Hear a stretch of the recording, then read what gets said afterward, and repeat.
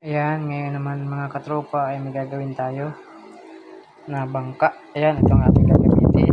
May pang-cutter tayo, lapis, at mayroon tayong pandikit. So, ito yung gagamitin natin. So, ito yung magiging body ng bangka. So, sige, start tayo para makita nyo mga katropa kung paano tayo gumawa ng bangka. Ito na mga katropa, naiguhit na natin yung bangka natin gagawin mga katropa. Ayan. Yan na po yung bangka natin gagawin at ikakat na natin mga katropa. At samahan niyo po ako mga katropa para magawa natin to.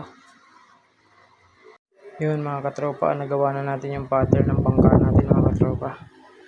So makikita niyo yan mga katropa hanggang sa matapos natin yan. Ayan, gawa na natin yung pattern. Wow, makikita niyo na mamaya yan pag okay na. Sige mga katropa, samahan niyo po ako. Nagawa na natin ang ating pattern mga katropa. Ang ating gagawing bangka. Ayan.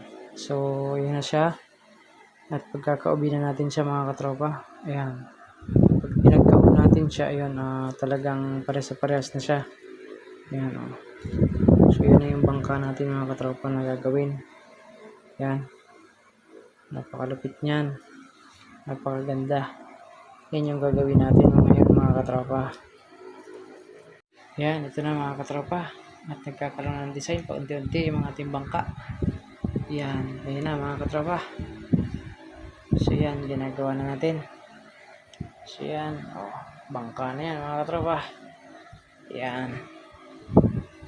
Makikita niyo ang design yan mga katropa na napakaganda niyan. Ito na mga katropa. Unti-unti na nagkakaroon ng design. Pinalagyan na natin ang design mga katropa. Ayan o.